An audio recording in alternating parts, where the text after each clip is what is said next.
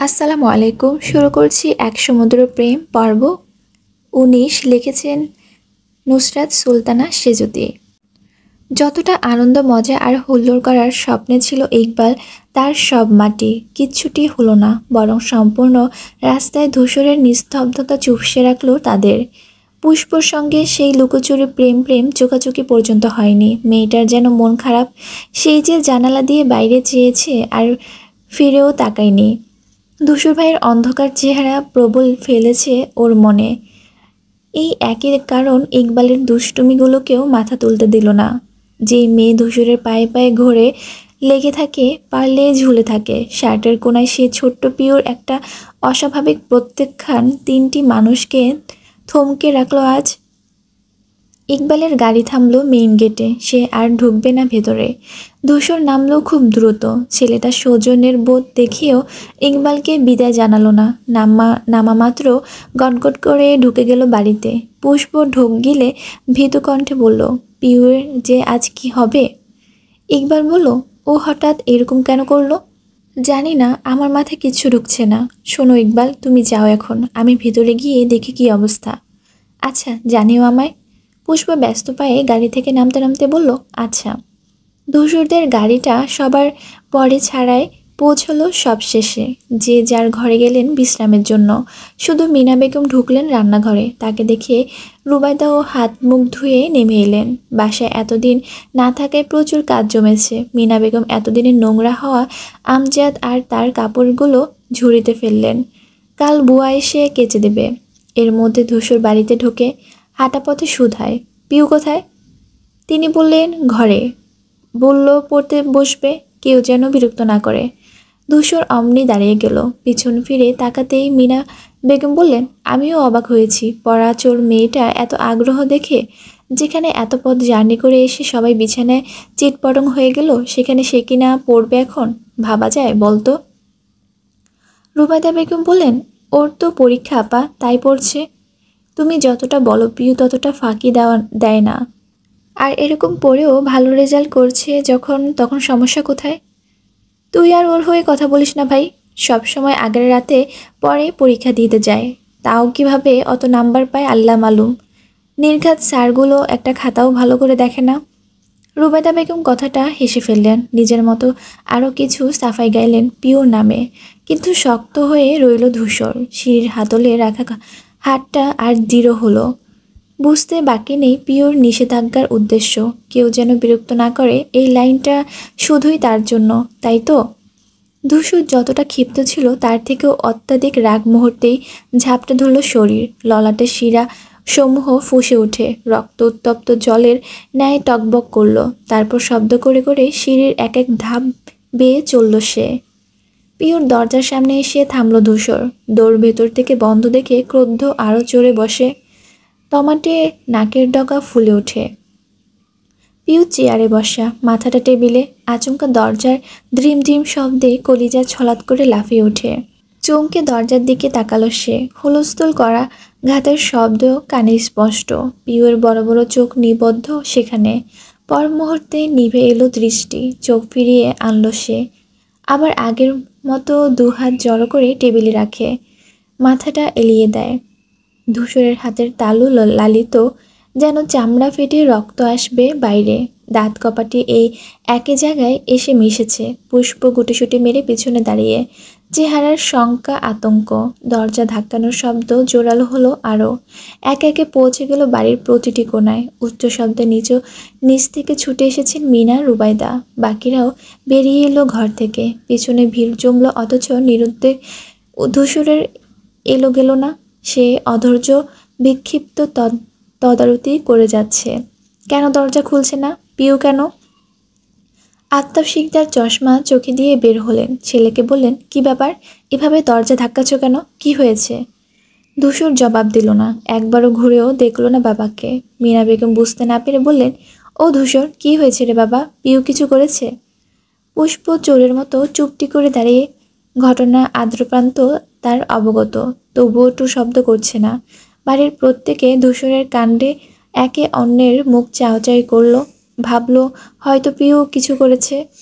না হলে এত শব্দেও কেউ দরজা কেন খুলবে না? অবশেষে ক্ষান্ত হলো ধূসর, থামল সে। পিউ খুলল না তো খুললই না। ধূসর বন্ধ দরের দিকে কিয়ৎক্ষণ রক্ত চোখে চেয়ে রইল। প্রশস্ত বুকটা লাফাচ্ছে ঝড়ের ন্যায় নিঃশ্বাসের গতিতে।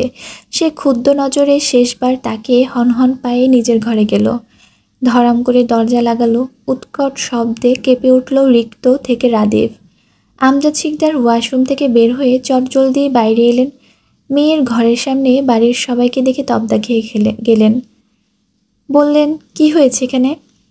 তাজ্জব কৌতূহলী প্রতিটি সদস্য তার দিকে তাকালো, তবে যতসই উত্তর কারো কাছে নেই। সকলে প্রশ্নবিদ্ধ। কেউ ভাবল পিউ হয়তো বেয়াদবি করেছে, তাই রেগে গেছে ধূসর। আতর শিকদার তিতিবিরক্ত। শান্ত মানুষ বলে ছেলেকে কিছু বলেন না। মিনা বেগম স্বামীকে দেখে ব্যতিব্যস্ত হয়ে বললেন, কিছু হয়নি, আপনি যান, বিশ্রাম করেন। তাহলে তোমরা এখানে কেন? পিউ ঠিক আছে? আরে হ্যাঁ হ্যাঁ, ও তো মাত্র ঘরে গেল, আমি ডাকছিলাম। জোরে জোরে দরজা ধাক্কিয়েছি বলে ওরা সবাই চলে এসেছে। সাজানো গোছানো কথাগুলোই মেনে নিলেন আমজাদ। মিনা বেগমের উপর দিয়ে সত্যিটা আর কেউ বলতে গেল না, এমনিতেও বলতো না। আমজাদ শিকদার আগে থেকে ধূসরের উপর চটে আছেন। গ্রামে গিয়ে ধূসরের মারামারি ঘটনা আর একঘর মানুষের সামনে তার বেপরোয়া ভাবভঙ্গির পর সে মনে মনে ক্ষুণ্ণ ভীষণ। প্রকাশ করছেন না, তবে দরকার ছাড়া ধূসরের সাথে একটা কথাও বলেননি। আতর শিকদার হতাশ চোখে ভাবের দিকে চাইলেন। এই নারীটি রুবাইদার থেকেও বেশি অন্ধ ধূসরের প্রতি। একটা কোনো কারণ রাখবে না, যাতে কেউ একটা কথা শোনাবে ওকে। যথাসাধ্য চেষ্টা করবেন, এই যে এখনও করলেন। ভদ্রমহিলা মন প্রাণ দিয়ে মানেন।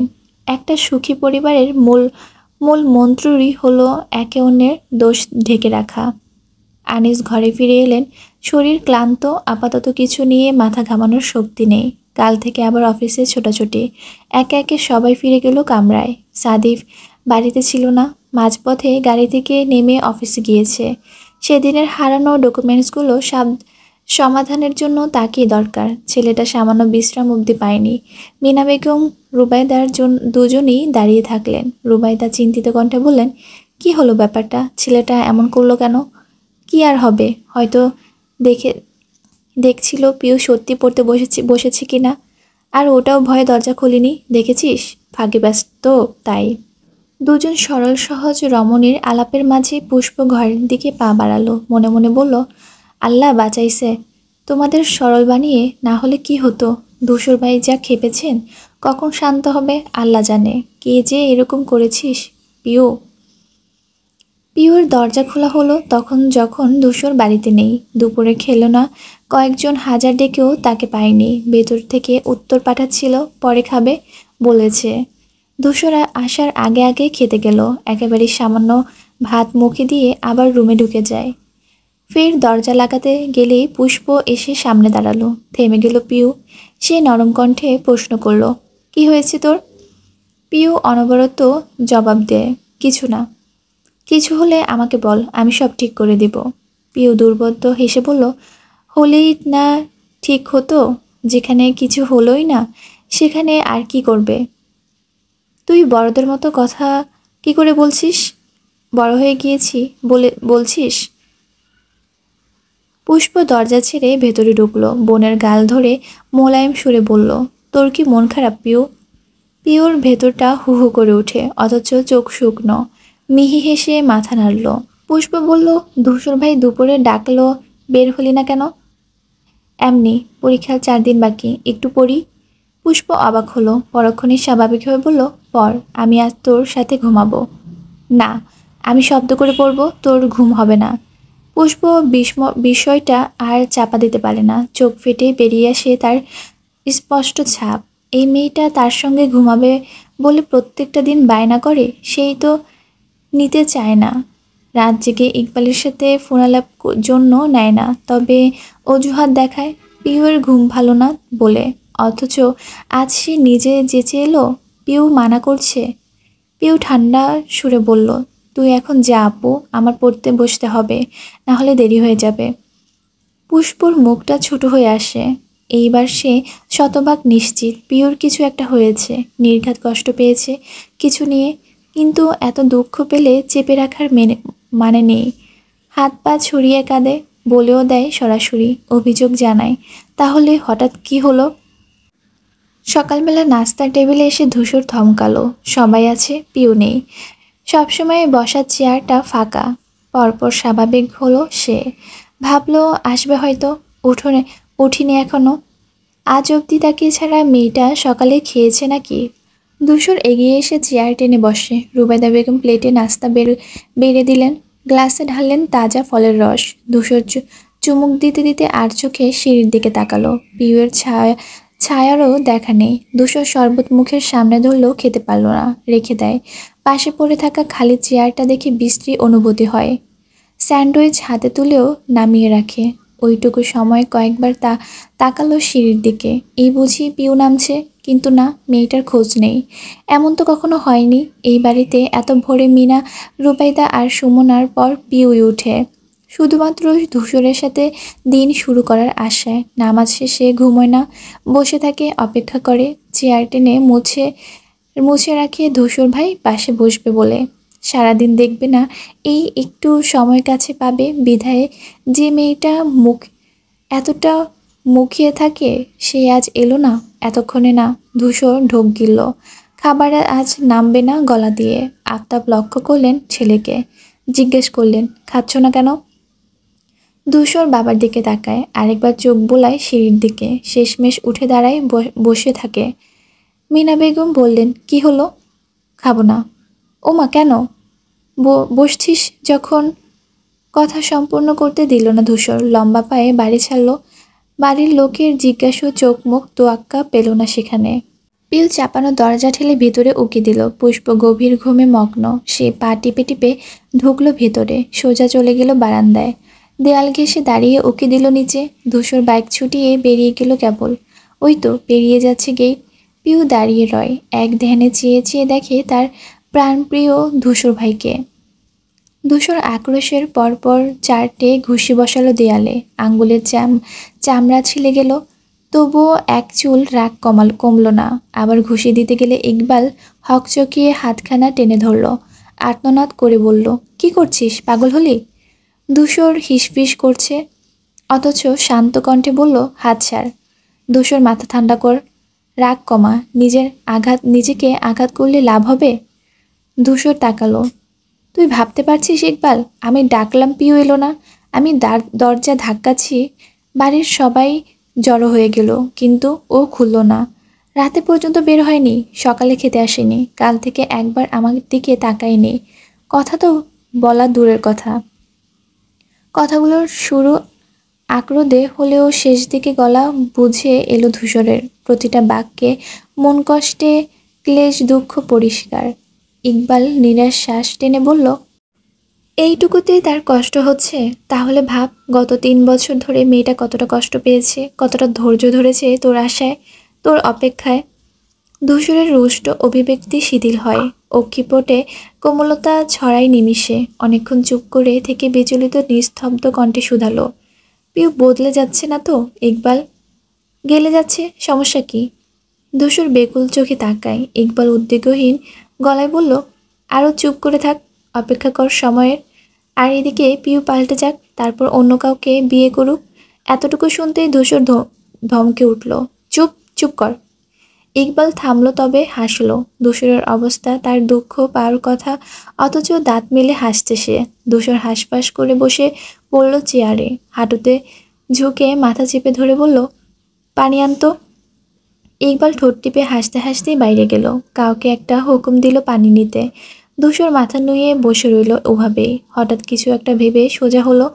তৎক্ষণাৎ পকেট থেকে ফোন বের করে কল দিল কারো নম্বরে। সে রিসিভ করতেই শুধালো, তোর ভাবে কি কলেজে? পিউ কলেজে গেল না, শরীর খারাপের ছুতো দেখিয়ে বাড়িতেই থেকে গেল। অন্য সময় এমন করলে মিনা বেগম বকেন, রাগারাগি করেন, জোর করে পাঠাতে চান। আজ মেয়ের শুকনো মুখ দেখে রাগ করলেন না, ভাবলেন সত্যি অসুস্থ। তখন মাত্র দুপুর, রবির কড়া আলো শীতের প্রকোপ মিয়ে আছে। এতটা বেলাও কুয়াশা কাটেনি। হলদিটে বিভায় জুড়েছে শহরের বুক। পিউ বিছানা শুয়ে মেঘ ছুটছে তার আদল ঘিরে, নিশ্চল আখিচোরা নিরুদ্ধ সিলিং ফ্যানের উপর। তখনই ঘরে ঢুকলেন মিনা বেগম। মেয়েকে গভীর চোখে দেখলেন। গত 2 দিন ধরে তার দুরন্ত মেয়ে এমন চুপচাপ কেন? কথা বলছে না, হাসছে না, হু হু ছাড়া উত্তর নেই। সারাদিন বসার ঘরে টেলিভিশনের দিক থেকে চোখ গেঁথে রাখা মেয়েটা আশা থেকে একটা বারও নিচে নামেনি। তিনি আস্তে করে ডাকলেন, পিউ। পিউ নড়ে চড়ে উঠল, ধ্যান ছিল যেন। সামনে তাকিয়ে মাকে দেখে বলল, তুমি এখন নাস্তা করতে এলি না যে? পিউ চোখ নামিয়ে বলল, পরে খাবো। কাল থেকে এই কথা আর কত শুনবো বল? না খেয়ে থেকে একটা রোগ বাঁধিয়ে ক্ষান্ত হবি, তাই না? কিছু হবে না, খিদে লাগলে নিজে খেয়ে নেব। মিনা বেগম ছোট্ট শ্বাস ফেললেন, এগিয়ে এসে মেয়ের পাশে বসে বললেন, পরীক্ষার জন্য এত চিন্তা করছিস তাই তো? চিন্তা নেই মা, যা হবে ভালো হবে, এসব নিয়ে ভাববি না, ঠিক আছে? পিউ উদাস হাসলো, নিচের দিকে চেয়ে বাধ্য মেয়ের মতো মাথা দোলালো। মিনা বেগম বললেন, চল খাবি? রুটি খেতে না চাইলে তোকে নুডলস রেঁধে দেব, আয়। পিউ জোরপূর্বক হেসে বলল, মা এখন খাবো না, যখন খাবো তোমাকে বলবো, করে দিও। হার মানলেন তিনি। পর মুহূর্তেই পিউর এলোমেলো চুল দেখে বললেন, চুলের কি অবস্থা করেছিস? ফ্যাকাশে কেন এত? তেল তেল দিস না নাকি? পিউ বলল কিছু। মিনা বেগম অপেক্ষাও করলেন না উত্তরের। এগিয়ে গিয়ে ড্রেসিং টেবিল থেকে তেল আর চিরুনি তুলে আবার এসে জায়গায় বসলেন। মেঝে ইশারা করে বললেন, আয় দেখি, এখানে বস, তেলটা দিয়ে দিয়ে। পিউ মানা করল, বলল, দেবে না এখন। চুপচাপ আয়, আর বড় চুল যত্ন না নিলে থাকবে? আয় বলছি। মায়ের চোখ পাকানো দেখে পিউ ব্যর্থ শ্বাস নেয়। বিছানা থেকে নেমে এসে পায়ের কাছে বসে মিনা বেগম পাঞ্চ ক্লিপ খুলে পাশে রাখলেন। চুলের ভাঁজে হাত দিয়ে মুখ কুঁচকে বললেন, ইস, কত জট বাঁধছে। আশা থেকে চিরুনি করিসনি তাই না? পিউ দীর্ঘশ্বাস নিল, সত্যি করেনি। সে যে নিজের মধ্যে নেই, যার অন্তর্করণের পুরোটো অম্বুবাহী ছেয়ে তার কি সাজসজ্জা মন বসে।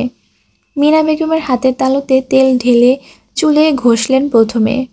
ভাজে ভাজে তেল লাগাতে লাগাতে বললেন, তোর মতো বয়সে আমার হাঁটু অবধি ছিল চুল, চিরুনি ঢুকতো না, স্মৃতি দেখা যেত না, ঠিকঠাক মুছতেও পারতাম না বলে প্রায়শই ঠান্ডাও লেগে যেত। তবুও বড় চুল রাখার জন্য কি না করেছি।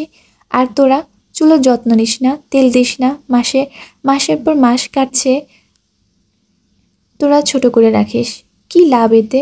বড় চুলের মতো সৌন্দর্য আর কিছুতে হয়? পিউ নিশ্চুপ, নিরুত্তর। মিনা বেগম আরও অনেক কথা বললেন, সব তার কানের পাশ দিয়ে চলে গেল। একটাও না শুনেছে, না ঢুকেছে মাথায়। তার অবলোচন চাউনি আটকেছে জানালার পর্দায়। মিনা বেগম যত্ন নিয়ে চুল আঁচড়ে হাত খোপা করে দিলেন। হাতে লেগে থাকা অবশিষ্ট তেল পিউর দু গালে মাখলেন। তারপর থুতনি ধরে নিজের দিক ফিরিয়ে বললেন, এখন কত সুন্দর লাগছে দেখতো। আর এতক্ষণ মনে হচ্ছিল রাস্তায় পাড়ের পাগলটা বসে আছে আমার বাড়িতে। পিউ ক্ষীণ হাসলো, তারপর মাথাটা এলিয়ে দিল মায়ের কোলের মধ্যে। মিনা বেগম হাত বোলাতে বোলাতে বললেন, দুপুরে কি খাবি? বিরিয়ানি রাঁধবো একটু? হুম, তাহলে? পিয়া নিষ্পৃত কণ্ঠে জানালো, কিছু খেতে ইচ্ছে করছে না। ওমা, কেন? এই সময় রুবেদা বেগম চঞ্চল পায়ে ঘরে ঢুকলেন। উদ্বিগ্ন নিয়ে বললেন, আপা তুমি এখানে, আর আমি তোমাকে সব জায়গায় খুঁজছি। আওয়াজ শুনে পিউ মাথা তুলল, তবে মেঝেতেই বসে থাকলো। মিনা বেগম বললেন, কেন রে, কি হলো আবার? তরকারি বসে এসেছিলাম, পুড়ে গেল নাকি? আরে না না, আমি জাল কমিয়ে রেখেছি। আসলে কথা ছিল একটা, সকাল থেকে বলবো বলবো করে হচ্ছে না। তুমি তো জানো আমার পেট ততক্ষণ অবধি গুড়গুড় করবে যতক্ষণ তোমার কাছে না বলছি। মিনা বেগম হেসে বললেন, আয় বস, শুনি তোর কথা। রুবাইদা বেগম দরজা চাপা দিয়ে বললেন, খুব গুরুত্বপূর্ণ কথা নাকি রে রূপা? হ্যাঁ অনেক, আমি তোমার দেবরের সাথে রাতেই আলোচনা করে রেখেছি, বুঝলে? এখন তোমাকে বলবো। মিনা বেগম একটু নড়ে চড়ে বসলেন। পিউ কৌতূহলী নজরে তাকিয়ে রুবাইদা বেগম চাপা কণ্ঠে বললেন, আমি না একটা কথা ভাবছি। এখন তুমি আর ভাইজান মতামত দিলেই আগাবো ভাবছি। তোমরা হ্যাঁ বললে হ্যাঁ, না বললে না, এখানে শেষ। আচ্ছা বাবা, সে বুঝলাম, কিন্তু কথাটা কি? রুবাইদা বেগম বললেন, কথাটা তোমার ছেলেকে নিয়ে।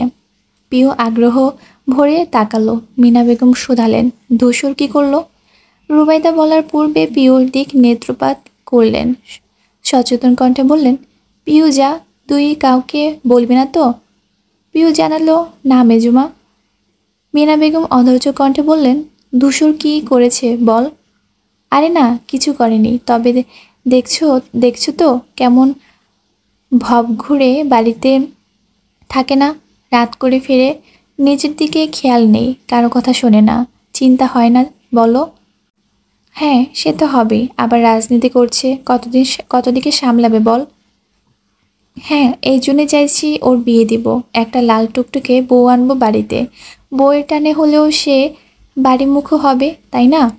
মিনা বেগম প্রজ্বলিত হাসলেন, উৎফুল্ল কণ্ঠে বললেন, হ্যাঁ হবেই তো। আমিও কদিন ধরে ভাবছিলাম তোকে বলবো যে ধূসরের জন্য মেয়ে দেখি চল, কিন্তু মনেই থাকে না। আচ্ছা, এখন যখন তুই চাইছিস, দু বোন মিলে মেয়ে দেখা শুরু করি। পিউয়ের শ্বাসরুদ্ধ হয়ে আসছে, বারবার ঢোক গিলছে। রুবাইদা বেগম মিনমিন করে বললেন, আসলে আপা হয়েছে কি, আমার না ধূসরের জন্য একটা মেয়েকে ভালো লেগেছে, তবে তোমার পছন্দ না হলে ক্যান্সেল। মিনা কপাল কুঁচকালো, পছন্দ করেছিস কাকে? রুবাইদা বেগম অমনি হাসি হাসি মুখে করে বললেন, মারিয়াকে। পিউর হৃৎপিণ্ড থমকে গেল ওখানেই। গোটা আকাশটা টুকরো টুকরো হয়ে ভেঙে পড়ল মাথায়, পায়ের নিচে জমিন কাঁপল।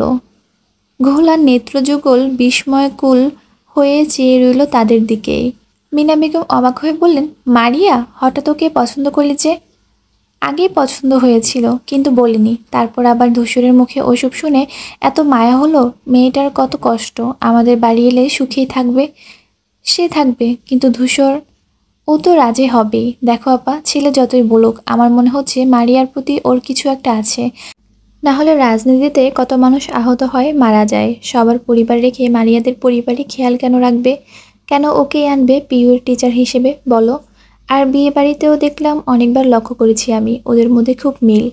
হতেই পারে ভেতর ভেতর একজন আরেকজনকে পছন্দ করে, কিন্তু বলছে না। মিনা বেগম বিজ্ঞের মতো মাথা দুলিয়ে বলল, হ্যাঁ, কথাখানা ঠিক, হতেই পারে। তাহলে তুমি ভাইজানের সাথে কথা বলবে? আচ্ছা বললাম না হয়, মেয়ে তো সুন্দর, ভদ্র, সুশীল, ভালোই হবে, পরিবারও ভালো, বাবার সরকারি চাকরি ছিল, খারাপ তো নয়। রুবাইদা খুশি হয়ে আওড়ালেন, ঠিক আছে। আচমকা খেয়াল করলো পিও কেমন অদ্ভুত চোখে তাকিয়ে আছে, পলক পড়ছে না, অক্ষিকুট নড়ছে না, যেন মূর্তি বসে একটা। তিনি ভ্রু গুটিয়ে বললেন, এভাবে কি দেখছিস?